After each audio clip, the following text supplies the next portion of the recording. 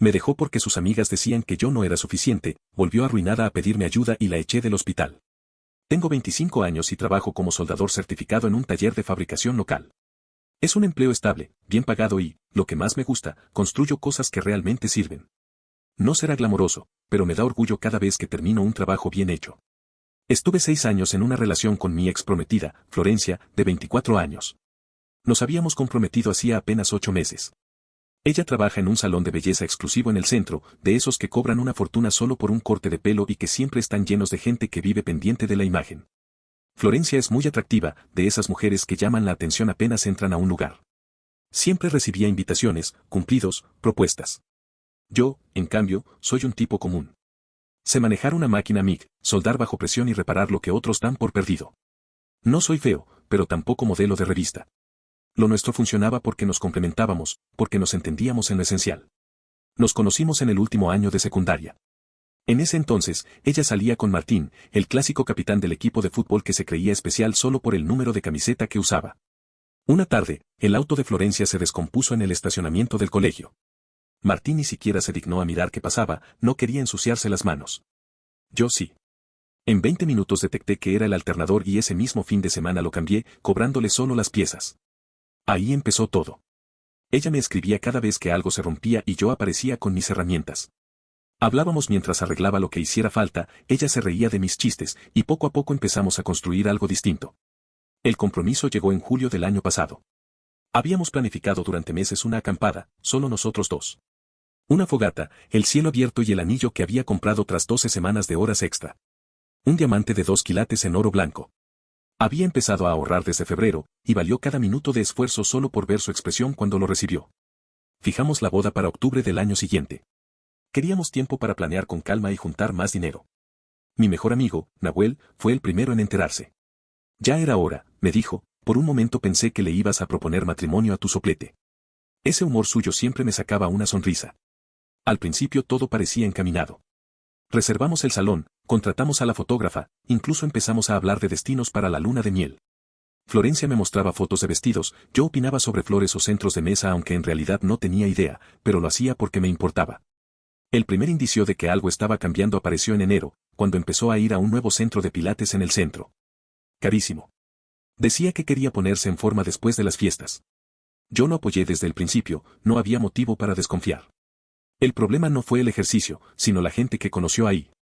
Florencia comenzó a hablarme de ellas, Julieta, casada con un abogado corporativo, dueña de un BMW y recién llegada de unas vacaciones en la costa, Agustina, de novia con un cardiólogo que estaba a punto de regalarle un anillo de compromiso valuado en más de $50,000, y Rocío, recién divorciada, cobrando $8,000 por mes de pensión y disfrutando de su soltería. Al comienzo, eran simples anécdotas.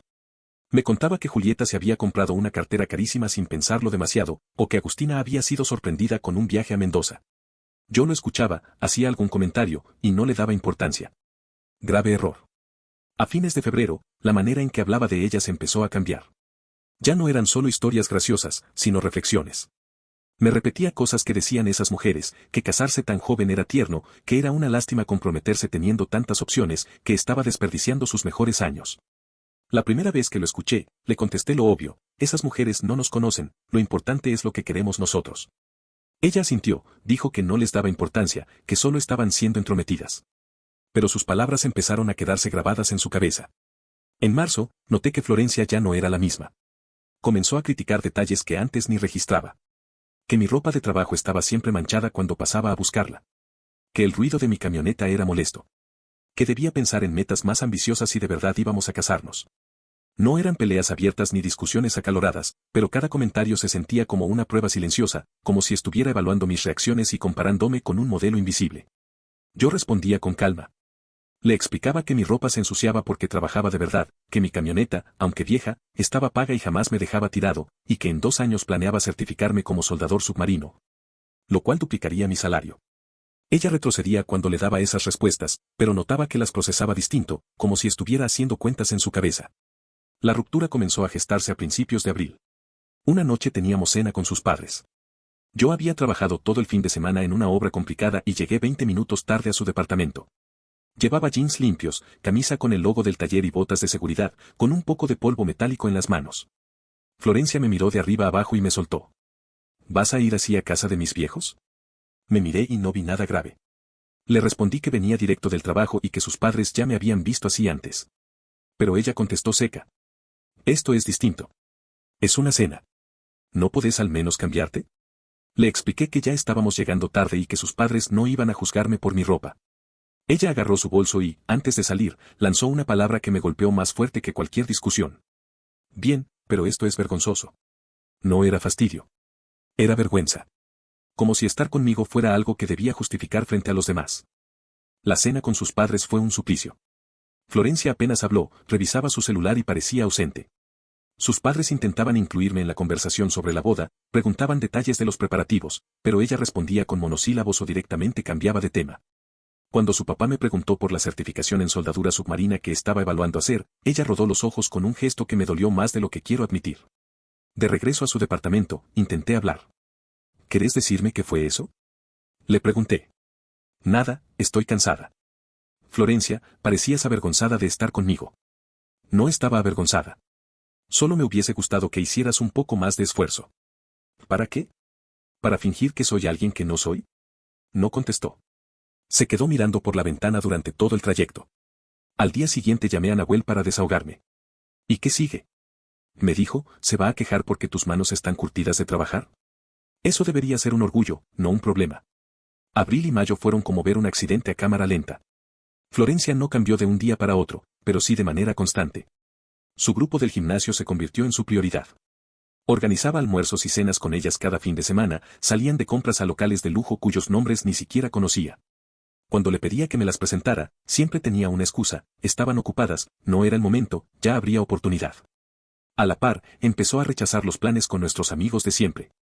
Las noches de juegos en casa de Nahuel y su novia le parecían aburridas, cosas de adolescentes. Las reuniones con parejas de amigos le resultaban demasiado básicas para lo que ella estaba buscando. Incluso dejó de acompañarme a los eventos de mi trabajo o las reuniones familiares. Siempre tenía un turno extra en el salón o un compromiso con sus nuevas amigas. Una tarde, en una juntada con amigos, alguien preguntó por Florencia. Contesté que estaba en una cata de vinos con las chicas del gimnasio. Nahuel levantó la vista de la mesa de billar y me dijo. ¿Otra vez? ¿Cuarta semana seguida? ¿Qué son, sommelier profesionales ahora? La broma me hizo reír, pero en el fondo dolió, porque era verdad, Florencia se estaba alejando de todo lo que habíamos construido. En casa, los reproches sutiles se volvieron rutina. Comentarios como no pensaste en modernizar el departamento, o tus camisas son demasiado básicas aparecían cada vez más seguido. No lo decía con dureza, sino con ese tono de sugerencia amable que en realidad era una crítica disfrazada. Empecé a notar las palabras que usaba, ambicioso, sofisticado, profesional. Siempre comparándome con sus amigas y sus parejas. Decía que otros hombres luchaban por sus objetivos, mientras yo parecía conformarme con lo que tenía. Una noche de mayo, tomando una cerveza con Nahuel, le conté algunos de esos comentarios. Él se quedó mirándome incrédulo. ¿Te dijo que solo tenés un trabajo? ¿Y qué hace Julieta, aparte de gastar la tarjeta de su marido? Las cosas también cambiaron en la intimidad. Florencia se volvió distante, menos interesada. Empezó a trabajar más horas en el salón, aceptaba clientes los fines de semana y decía que tenía que hacer crecer su red de contactos. Yo le proponía pasar más tiempo juntos, pero respondía que debía enfocarse en su carrera. Y lo peor es que ya no eran indirectas, empezó a compararme directamente con los otros hombres. Me hablaba del ascenso del esposo de Julieta, de cómo el novio de Agustina estaba comprando una casa en un barrio exclusivo, o de que Rocío salía con un empresario que manejaba un Tesla. No digo que tengas que ser como ellos, aclaraba siempre, pero es interesante ver cómo hay gente que realmente lucha por lo que quiere. La conversación seria que intenté tener varias veces siempre terminaba igual. Ella negaba que hubiera un problema, decía que me amaba tal y como era, y a los pocos minutos encontraba algo más que yo podía mejorar. Su obsesión se volvió mi certificación en soldadura submarina. Me preguntaba cada semana cuándo empezaría, cuánto ganaría después, si estaba dispuesto a mudarme a otra ciudad para aprovechar mejores oportunidades. Había investigado por su cuenta y estaba convencida de que ese era el camino para que yo me convirtiera en el hombre que quería tener a su lado. El punto de quiebre llegó a fines de mayo, cuando discutimos el presupuesto de la boda. Habíamos planeado una celebración sencilla pero elegante, unos $20,000 entre nuestros ahorros y lo que aportarían nuestras familias. Nada ostentoso, pero sí digno.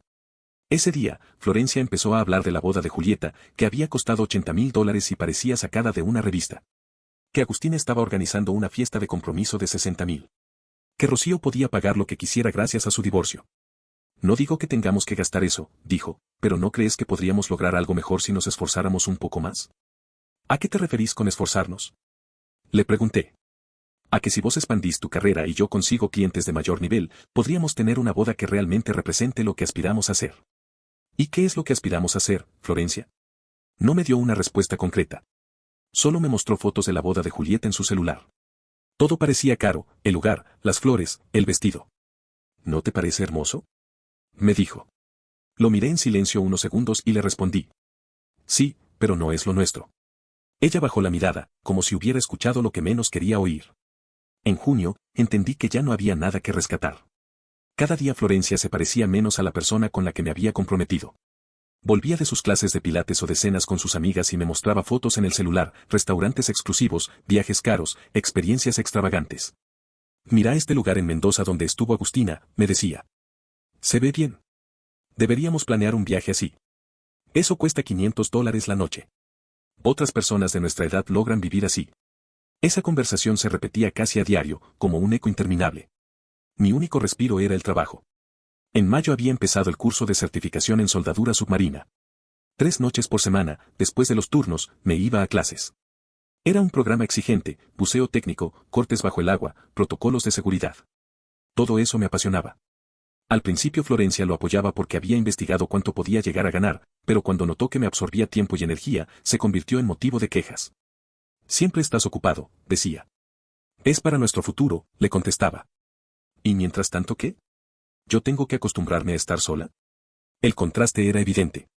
Ella pasaba 4 noches a la semana con sus amigas, pero mis 3 noches de estudio eran el problema. Una tarde, mientras estudiaba con Abuel en su taller, él me lo resumió con ironía. O sea que está molesta porque estudias para ganar más plata, que es lo que ella te exige, pero no tiene drama en gastarse su sueldo en aprender a respirar mejor mientras se estira. Lógica impecable. A finales de junio, la tensión explotó. Lo que debía ser una charla simple sobre el calendario se volvió discusión. Yo había planeado una visita a mis padres hacía 2 meses, y justo ese fin de semana ella quería ir a una cata de vinos con sus amigas. Podemos cambiar la visita, me dijo, no es como si no viéramos a tus viejos todo el tiempo. ¿Y la cata es tan importante?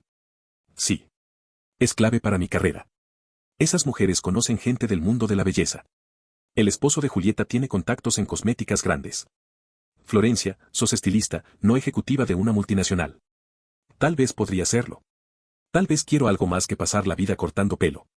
Ese diálogo me lo dejó claro, no solo estaba insatisfecha con nuestra relación, también lo estaba con ella misma, con la vida que llevaba.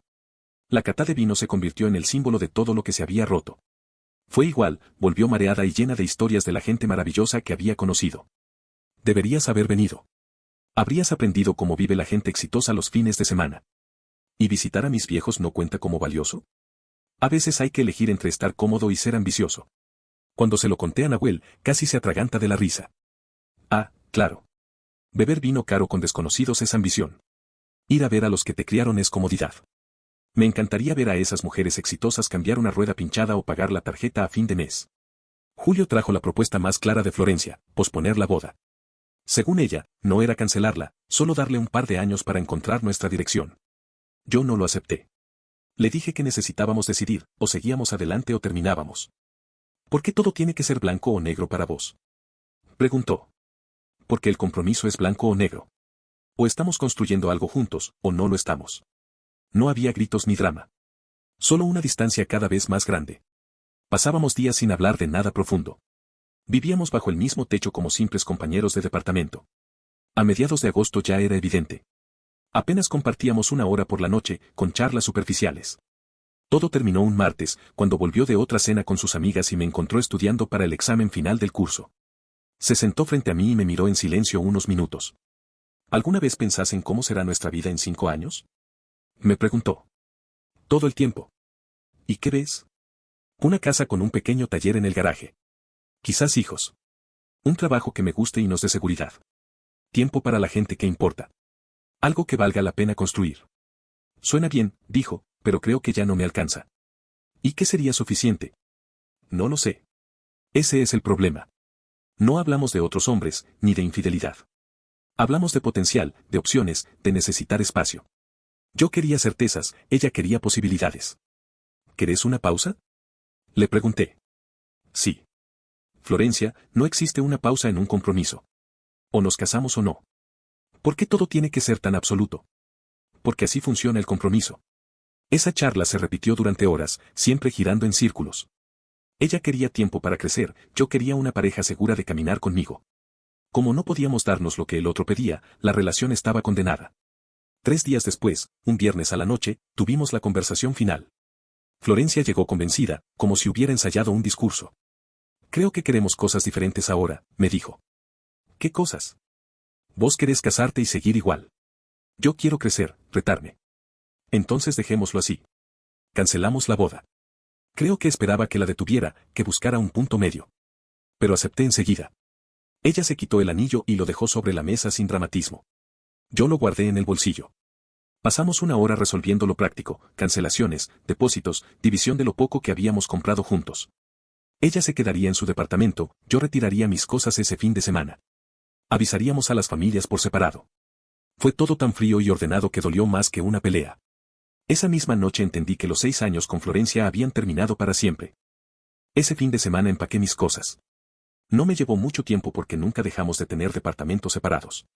Solo tuve que llevar mi ropa, algunos libros, utensilios de cocina y las herramientas que guardaba en su garaje. Todo entró en mi camioneta en un par de viajes. Dejé las llaves sobre la mesada junto con una nota breve, agradeciéndole por los años compartidos y deseándole lo mejor. No vi sentido en hacer una despedida dramática cuando ya habíamos hablado todo. Lo más difícil fue llamar a sus padres. Durante 8 meses se habían preparado para convertirse en mis suegros. Les conté lo esencial, que habíamos decidido terminar. Se mostraron tristes, pero respetaron la decisión. La más afectada fue Micaela, su hermana menor. Había estado ilusionada con ser dama de honor y ya tenía su vestido. Le expliqué que a veces los adultos descubren que no son tan compatibles como pensaban, y que era mejor darse cuenta antes de casarse. Mis propios padres, en cambio, parecieron aliviados. Me confesaron que llevaban meses preocupados por los cambios de actitud de Florencia. Al parecer, yo no había ocultado tan bien mi frustración como creía. Lo mismo pasó con nuestros amigos, muchos ya notaban que ella estaba distinta, más crítica y menos interesada en los planes de siempre. Lo que sí me sorprendió fue lo rápido que Florencia siguió adelante. En menos de 2 semanas ya subía fotos en redes sociales, cenas en restaurantes caros, escapadas de fin de semana con sus nuevas amigas. Desaparecieron todas las fotos de pareja. Ahora eran imágenes de ella sola o con su nuevo círculo social. Yo, en cambio, decidí alejarme de las redes. No necesitaba ver su nueva vida ni leer explicaciones públicas de lo que había pasado. Me enfoqué en mí. Nahuel fue el primero en aparecer con su estilo de siempre, llegó a mi departamento con una caja de cervezas y me dijo, riéndose, que le daba 3 meses antes de que Florencia me escribiera diciendo que el yoga no la preparó para el mundo real. Ese septiembre terminé mi certificación en soldadura submarina. Aprobé todos los exámenes en el primer intento. Fue un programa exigente, pero me encantó cada minuto. A la semana ya tenía 3 ofertas de trabajo, porque hay muy poca gente calificada en esa especialidad. Elegí una empresa que repara infraestructuras como puentes, presas y plataformas marinas. El sueldo era lo que esperaba y más. Mi primer contrato fue una reparación en un puente, 2 días de trabajo por los que cobré $2.800. Nada mal para alguien que, según Florencia y sus amigas, carecía de ambición. En noviembre me mudé a un departamento más amplio, 2 habitaciones, garaje para la camioneta y espacio para un pequeño taller. Empecé a ahorrar para el anticipo de una casa. El trabajo me mantenía ocupado y motivado. En el taller seguía teniendo un ingreso estable, y los contratos submarinos me daban un extra considerable. Además, retomé el gimnasio, no para presumir, sino porque el trabajo bajo el agua exige buena condición física. No estaba buscando pareja, pero tampoco lo evitaba. Salí un par de veces con mujeres que conocí a través de amigos, nada serio. Lo que más valoraba era que me aceptaban como era, sin intentar moldearme. De vez en cuando me llegaban noticias de Florencia. Seguía en el salón, pero también estudiaba técnicas de belleza más avanzadas. Sus amigas del gimnasio todavía estaban ahí, aunque se comentaba que había roces entre ellas, competencia y problemas por dinero. En noviembre, me crucé con Julieta en una cafetería del centro. Me reconoció y se acercó a saludarme. Charlamos un rato, y me preguntó por mi nuevo trabajo. Cuando le conté sobre la soldadura submarina, pareció genuinamente interesada. Incluso me dijo que su esposo tenía clientes en el sector marítimo y siempre se quejaban de lo difícil que era conseguir soldadores calificados. Antes de irse, me lanzó una frase que me quedó resonando. Por lo que vale, siempre pensé que vos y Florencia hacían una buena pareja. A veces la gente se inquieta y cree que la vida sería mejor en otro lado. En diciembre tomé mi primer contrato largo, 3 semanas de reparación en una estructura marina, que pagó más de lo que solía ganar en medio año en el taller. El equipo era reducido, 5 especialistas, cada uno con experiencia distinta. La coordinación fue impecable y el orgullo de resolver problemas complejos me devolvió una sensación de propósito que había perdido. Con los nuevos ingresos, mis ahorros crecieron rápido. Incluso pensé en adelantar la compra de una casa. Nahuel me ayudó a recorrer algunas propiedades. Ya ganas 6 cifras con algo que casi nadie puede pronunciar, me dijo, y Florencia pensaba que te faltaban aspiraciones. Increíble. En enero comenzaron las molestias. Dolores de cabeza repentinos, punzadas detrás del ojo izquierdo. Al principio lo asocié al esfuerzo físico, al equipo de buceo, al estrés. Pero con el tiempo se volvieron más intensos. A veces me mareaba o perdía visión por segundos. Era peligroso. A fines de marzo pedí turno con un neurólogo. Cuando me hicieron los estudios y vi la expresión del médico, entendí que no era algo menor. Había un tumor cerebral, un glioma del tamaño de una nuez, justo en la zona que controla la visión y la coordinación. Todo cobraba sentido, los dolores, los mareos, las fallas de enfoque. Me ofrecieron cirugía. Riesgosa, pero con buenas probabilidades de éxito. La programamos para la semana siguiente. Mis jefes en ambos trabajos fueron comprensivos. Mis padres viajaron para acompañarme. Nahuel estuvo a mi lado todo el tiempo. Lo que no esperaba era que Florencia apareciera otra vez en mi vida. Una enfermera me dijo que alguien con ese nombre había llamado preguntando por las visitas. Yo no lo creí hasta que la vi entrar a la habitación del hospital 3 días antes de la operación. Cuando Florencia entró a la habitación del hospital, sentí un nudo en el estómago. Hacía 8 meses que no la veía. Sus ojos estaban enrojecidos, pero lo que noté en su mirada no era preocupación por mi salud, sino urgencia. Me enteré de lo que pasó, dijo. ¿Cómo te sentís? Estoy bien. La operación es el martes.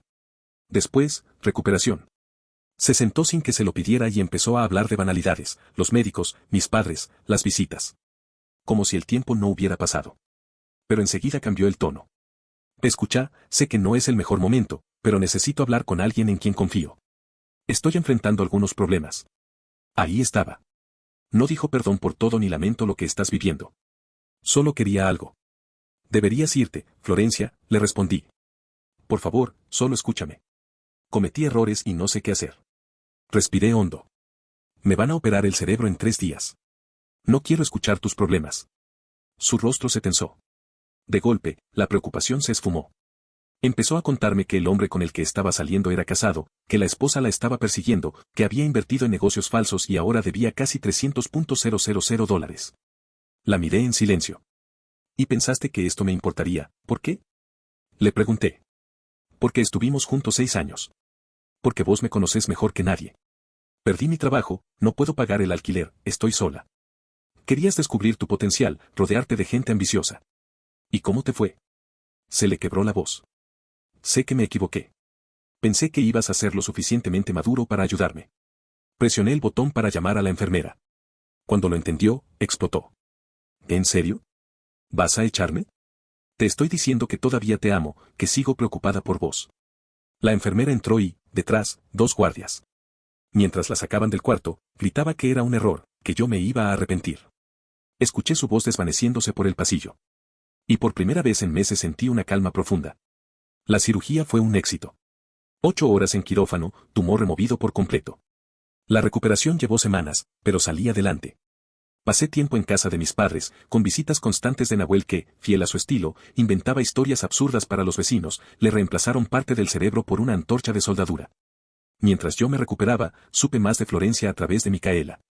Lo que me había contado en el hospital era apenas la punta del iceberg. El hombre con el que se había involucrado no solo era infiel, estaba metido en lavado de dinero. Florencia, sin saberlo, terminó arrastrada a una investigación federal. Sus cuentas fueron congeladas, acumuló deudas, perdió el trabajo por estafar clientas en el salón. Sus amigas del gimnasio desaparecieron. Ni siquiera sus padres quisieron ayudarla. Terminó declarándose en bancarrota y mudándose con una tía en otra provincia. Para zafar de cargos más graves, aceptó colaborar con la justicia. Esa fue su caída final. Yo, en cambio, volví a trabajar con más fuerza que nunca. Retomé los contratos submarinos y confirmé que no había secuelas. Con mis ahorros y los ingresos crecientes, inicié el proceso para comprar mi primera casa. Un fin de semana, mientras ordenaba el taller, encontré la cajita con el anillo. Ese que alguna vez representó todo lo que soñaba. Lo llevé a una joyería y lo vendí sin pensarlo demasiado. Con ese dinero sumé al anticipo de la casa. No lo hice por despecho, ni para cerrar un ciclo de forma simbólica. Lo hice porque entendí que hay cosas que ya no tienen sentido guardar. El anillo era parte de una vida que ya no existe. Ahora me toca construir la mía, con mis propias manos, como siempre supe hacer. No olvides dejar tu opinión en los comentarios, dejar tu like y compartir este video.